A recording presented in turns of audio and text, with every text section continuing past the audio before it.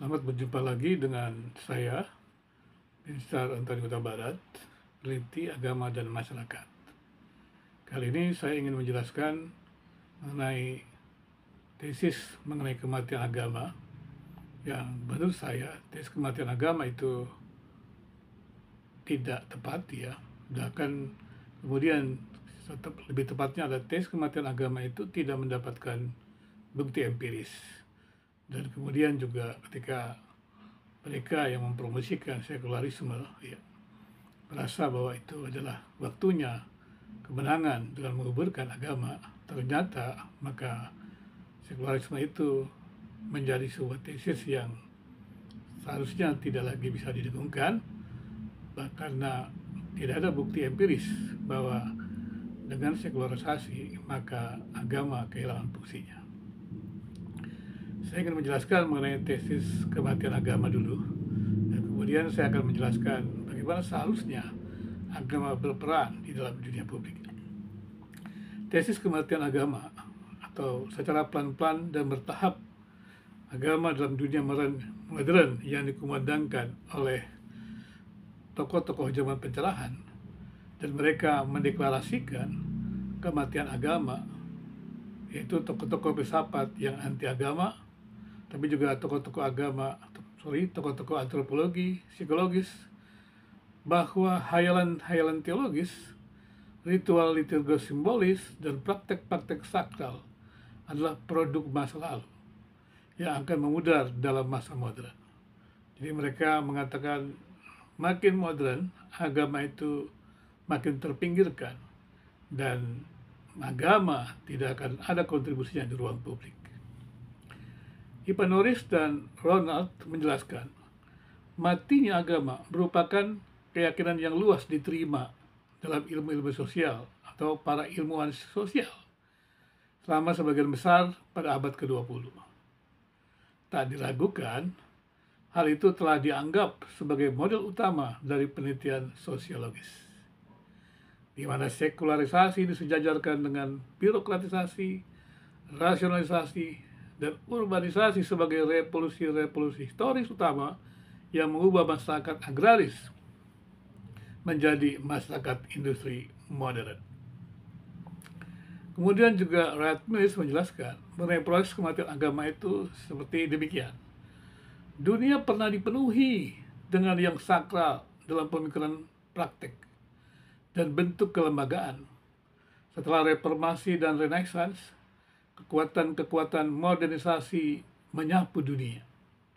Dan sekularisasi sebagai kekuatan-kekuatan modernisasi itu menyapu dunia katanya, sebagai proses historis yang mengikutinya. Kemudian memperlemah dominasi dari yang sakral. Pada waktunya yang sakral tersebut menghilang, kecuali mungkin dalam wilayah pribadi. Jadi kalangan sekular itu meramalkan bahwa agama itu hanya akan ada dalam wilayah pribadi saja. Dia tidak akan berpengaruh dalam ruang publik. Kemudian berpijak pada tesis kematian agama itulah ketika Perang Dingin berakhir, ya, Francis Fukuyama mendeklarasikan bahwa demokrasi liberal sekular merupakan sistem politik terbaik yang bisa dicapai manusia. Kemudian tesis kematian agama itu pelan-pelan bertahap dari agama itu tersebut ternyata tidak didukung bukti yang kuat. Jadi tesis kematian agama itu tidak didukung bukti empiris yang kuat. Mengapa demikian? Munculnya spiritualitas New Age yang melanda dunia hingga ke Indonesia, sampai kebangkitan gerakan fundamentalisme agama, kebangkitan agama-agama yang lebih banyak orang sebut kebangkitan fundamentalisme agama, hingga munculnya kembali partai-partai keagamaan, demikian juga di Indonesia, membuktikan bahwa agama tidak pernah mati. Kemudian Peter Berger, salah seorang pendukung teori sekularisasi selama tahun 1960-an, secara dramatis menarik kembali klaim-klaim awalnya.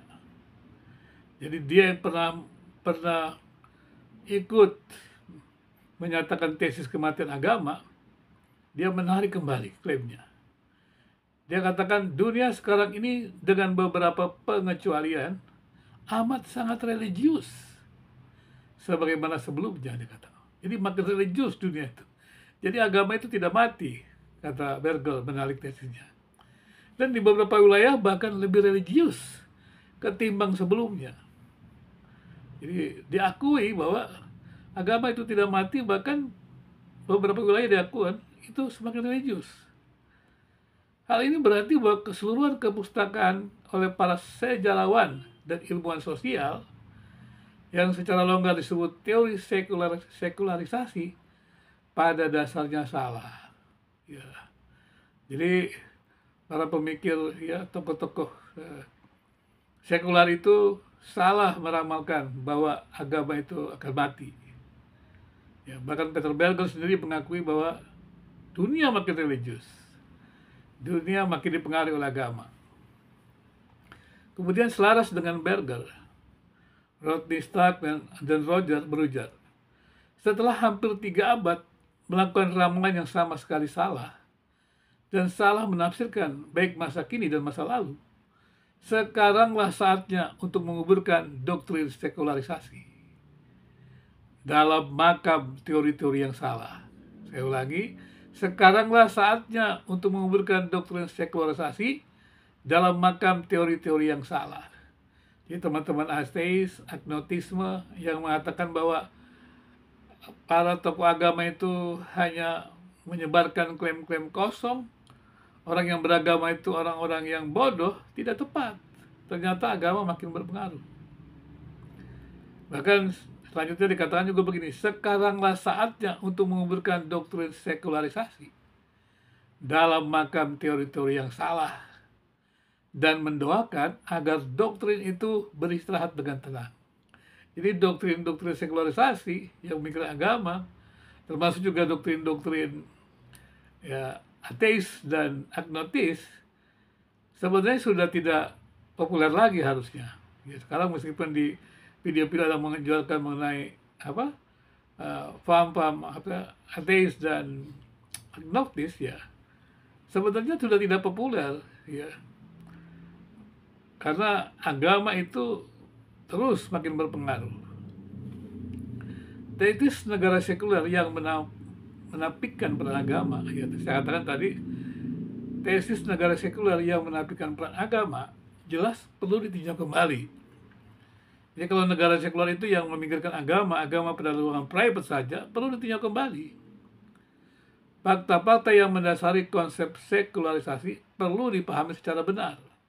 Ya, mesti dikaji kembali itu tesis-tesis sekularisasi, sehingga pengulangan kesalahan tidak terjadi. Jadi, ya, kalau tesis sekularisasi itu tidak mau dikubur, mau diperbaiki, ya tinjau kembali lah. Kemudian istilah secularization, menurut Jose Casanova, itu berasal dari kata Latin, ya, zaman pertengahan, ya, seculum, yang berarti dunia dalam hukum kanun, ya. Sekulariasi merujuk pada suatu aksi legal. Manakala seorang religius meninggalkan biara untuk kembali ke dunia dengan segala godaannya yang oleh karenanya menjadi manusia sekuler.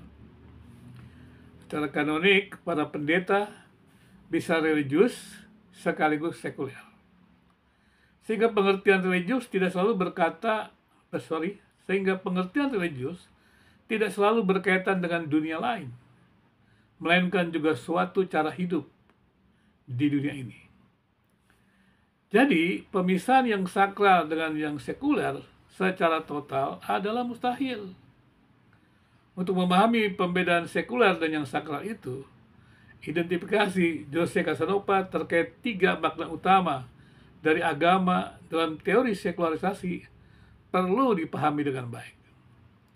Yang pertama adalah sekularisasi sebagai kemunduran agama. Tesis ini sudah gagal karena agama makin terus berpengaruh. Jadi tesis yang mengklaim bahwa agama akan terus-menerus mengalami kemunduran di dalam dunia modern sampai pada akhirnya akan lenyap, itu tidak memiliki bukti empiris. Yang kedua, sekularisasi sebagai privatisasi.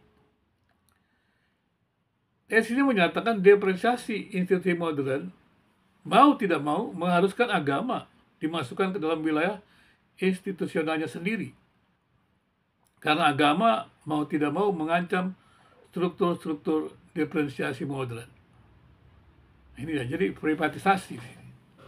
Dan yang ketiga, sekularisasi sebagai diferensiasi yang mengacu kepada diferensiasi fungsional dari institusi-institusi religius dari wilayah-wilayah lain di dalam masyarakat modern, khususnya negara, ekonomi, dan ilmu pengetahuan.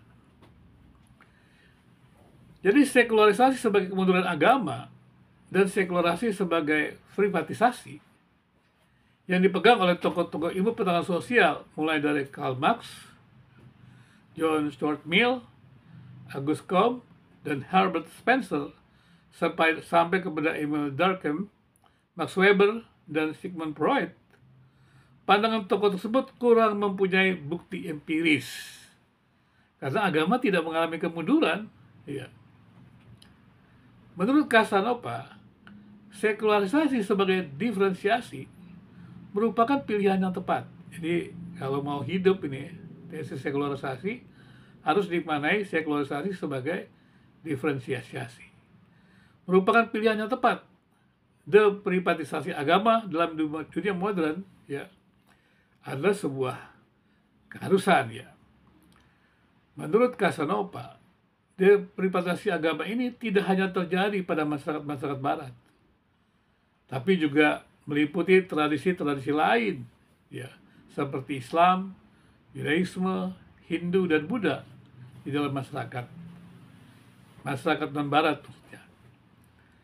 Berdasarkan temuan Casanova bahwa deprivatisasi ya, bukan privatisasi, deprivatisasi. Jadi agama tidak hanya di ruang private, tapi juga boleh berada di ruang publik. Deprivatisasi agama itu meliputi seluruh dunia dan pada berbagai tradisi religius. Maka dapat dipahami, tesis kematian agama secara pelan-pelan dan bertahap patut dipertanyakan. Jadi kalau masih ada saat ini yang berpegang bahwa agama itu makin lama akan pudar, makin mati, dan tidak punya kontribusinya di ruang publik, tidak ada bukti empiris atau sangat minim bukti empiris. Karena agama terus-menerus makin berpengaruh. Seorang tokoh ya bernama David Hollenbach berpendapat begini, setiap usaha untuk mendukung teori privatisasi semacam itu, ya, jadi agama hanya dalam ruang private sebagai tujuan normatif, menurutnya bisa dipertanyakan. Kenapa?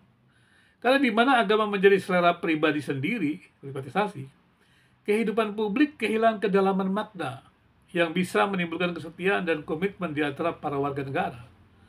Jadi kalau agama-agama itu tidak punya peran di ruang publik, mereka yang berada di ruang publik adalah orang-orang beragama itu jadi kehilangan kedalaman makna. Hasilnya merupakan anomali, yaitu bisa menciptakan sebuah ruang hampa, di mana kekuatan-kekuatan fundamentalis bisa masuk ke dalamnya. Kita lihat kan, sekularisme menghadirkan namanya perlawanan daripada kebangkitan agama-agama, kebangkitan fundamentalis agama. Hampir pasti tanpa kesantunan dan mungkin dengan kekerasan. Jadi kita radikalisme agama itu yang menjadi menakutkan. Tapi itu disebabkan karena agama itu dikerangkeng hanya ada dalam ruang private. Sebenarnya ruang agama itu mesti bisa dihadir di ruang publik gitu. Jadi dengan demikian kita harus membedakan wilayah-wilayah dari kehidupan publik seperti negara. Ya, jadi ada pembedaan. Harusnya yang dipilih adalah pembedaan, ya, diferensiasi, bukan privatisasi. Agama harus dibedakan dari wilayah-wilayah lain kehidupan publik seperti negara. Jadi sekularisasi sebagai diferensiasi meliputi pembedaan wilayah masyarakat, di mana agama tidak lagi mendefinisikan realitas yang meliputi segala sesuatu. Ini memang harus diakui ya. Sebelum kemajuan ilmu pengetahuan, ilmu sosial, agama itu seperti mendefinisikan segala sesuatu. Bahkan orang-orang yang menemukan Kopernikus segala macam itu dilawan oleh tokoh-tokoh agama. Padahal kan itu kan bidang yang berbeda. Tapi tokoh-tokoh agama menentukan segala sesuatu. Ini menjadi persoalannya. Jadi agama itu tidak boleh ya mendefinisikan realitas yang meliputi segala sesuatu. Di mana ruang sekuler menemukan tempat yang tepat. Jadi yang bukan agama biarlah ya pengetahuan yang menentukannya. Ya. Hollenbaugh menjelaskan istilah diferensiasi sebagai dipahami sebagai pembedaan.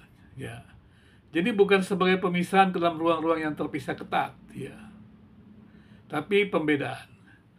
Diferensiasi agama dan berbagai dimensi dalam kehidupan publik mempunyai konotasi berbeda dengan pemisahan. Ya, diferensiasi dengan pemisahan. Di Amerika Serikat, pemisahan gereja dari negara seringkali disamakan dengan pembatasan agama menjadi sepenuhnya wilayah pribadi. Privatisasi agama yang terpisah dari kekuasaan pemerintah. Berlawan dengan hal ini, diferensiasi agama dari wilayah kekuasaan negara tidak menyingkirkan semua pengaruh agama di dalam kehidupan publik atau dalam dunia politik pada umumnya. Tetapi pengaruh agama dalam kehidupan publik dan bahkan politik bisa terjadi bahkan di mana negara dan gereja secara institusi berbeda. Bisa saja terjadi pengaruh publik oleh agama yang diberikan tanpa kontrol negara dan oleh gereja. Jadi ada pilihan ketiga bagi integralisme, kesatuan gereja negara di satu sisi dan privatisasi agama di sisi lain. Dan di dalam pilihan ketiga ini, yaitu komunitas-komunitas religius bisa memberikan dampak terhadap kehidupan publik. Sementara pada saat yang sama, pelaksanaan agama yang bebas dan bukan sebagai agama negara sepenuhnya dilindungi. Dia bukan agama negara seperti di Indonesia. Agama-agama itu tidak ada agama negara, tapi sepenuhnya dilindungi oleh negara.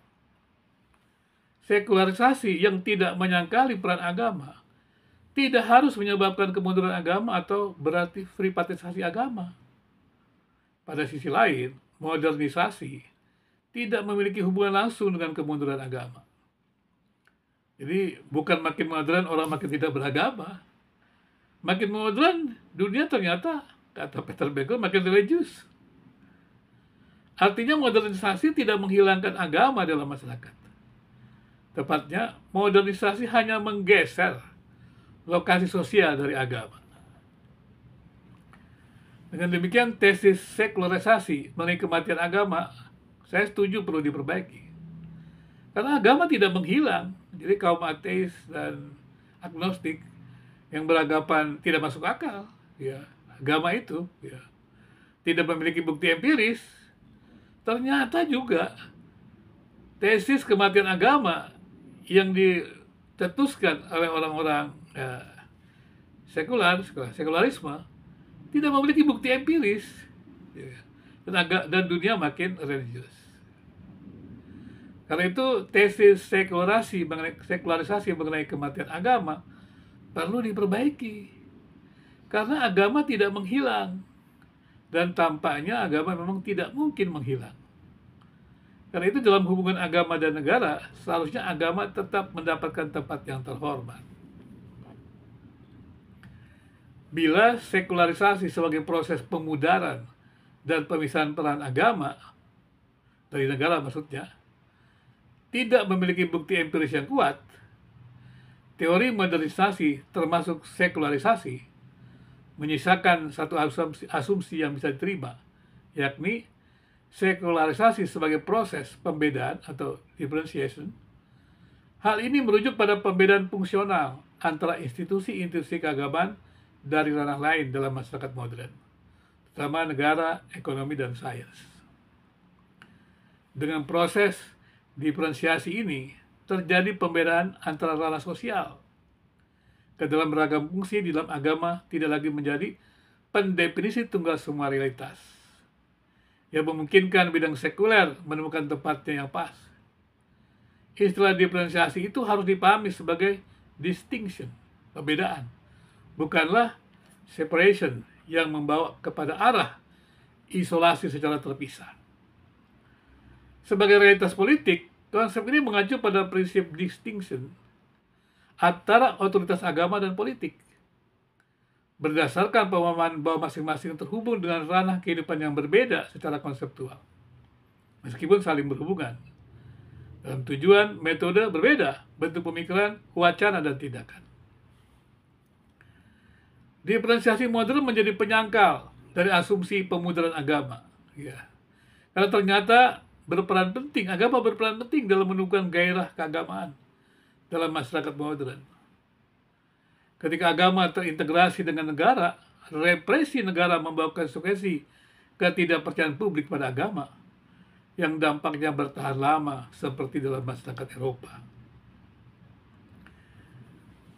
Di Indonesia juga ada tokoh bernama Muhammad Hatta yang mengatakan seperti begini: negara teokrasi tidak memperdalam perasaan agama atau memperkuat semangat agama, melainkan mempergunakan agama untuk keperluan negara. Dengan adanya diferensiasi, agama bisa mengembangkan otonomi relatif dalam menyediakan landasan moralitas, baik untuk menopang maupun untuk menentang kekuasaan politik. Hal ini memberikan sandaran alternatif bagi warga ketika mengalami kekecewaan atas kekuasaan politik dan dunia kehidupan. Jadi negara teokrasi yang melandaskan agama tertentu tidak memperdalam agama itu, bahkan menjadi ketidakpercayaan. Kerangka diferensiasi inilah yang memberi peluang bagi pengembangan toleransi kembar antara negara dan agama bisa mengembangkan peran publiknya masing-masing, ya, tanpa memaksa karena menemukan konteks keterlibatannya yang tepat. Jadi teman-teman yang mendalami ilmu pengetahuan tidak perlu mendikte agama. Demikian juga agama tidak perlu mendikte tentang pengembangan ilmu pengetahuan. Metodenya berbeda. Ya. Diferensiasi agama dari domain kekuasaan negara tidak melucuti seluruh pengaruh agama di ruang publik. Pengaruh agama dalam kehidupan publik, bahkan politik, tetap bisa berlangsung ketika negara dan agama berbeda secara institusional. Di sana terbuka peluang bagi pengaruh agama atas negara. Maka dengan alternatif di luar kerangka integrasi dan separasi ini, integrasi agama dan negara dan pemisahan, komunitas agama tetap memiliki pengaruh publik, berpindah dengan kewenangan negara untuk mengembangkan institusi-institusi demokrasi dalam kerangka konstitusi dan hak asasi manusia. Dan sekali lagi, tesis kematian agama tidak benar, tidak memiliki bukti empiris yang kuat. Bahkan kalau tesis sekularisme itu tidak diperbaiki, maka tesis sekularisme itu harus dimakamkan, harus dikuburkan bersama tesis-tesis yang salah itu. Tapi saya pikir pembedaan ini penting. Artinya adalah agama juga dengan kemajuan ilmu pengetahuan saat ini tidak bisa mendikte semuanya. Demikian juga ilmu pengetahuan tidak bisa mendikte agama. Ya. Seperti itu ya, diferensiasi ya. Metodenya berbeda. Jadi kalau mengatakan agama itu tidak benar berdasarkan apa? Anda tidak menggunakan metode agama, teman-teman yang sekular. Bahkan kalau kita melihat tafsir agama saja dengan metode yang berbeda, hasilnya berbeda. Jadi sekali lagi saya tidak setuju bahwa dunia makin modern, agama makin berkurang pengaruhnya. Tapi ternyata agama makin berperan, makin punya pengaruh. Dan maka itu kita mesti mendamaikan ya. Sekularisme jangan menguburkan agama. Karena agama terus mempunyai pengaruh. Dan sekularisme perlu memperbaiki diri. Saya pikir diferensiasi Casanova ini penting sekali ya. Sehingga dengan demikian ya semua bisa berkembang bersama-sama. Ya, kita berharap juga ya kemajuan agama-agama itu ya tidak harus dihadirkan semacam semangat fundamentalis, radikalisme, tapi juga bisa hadir pada tempatnya sendiri di ruang publik. Jangan menguasai segala sesuatu, menyeragamkan segala sesuatu, Ya, karena metode penelitian agama berbeda dengan metode penelitian ilmu pengetahuan.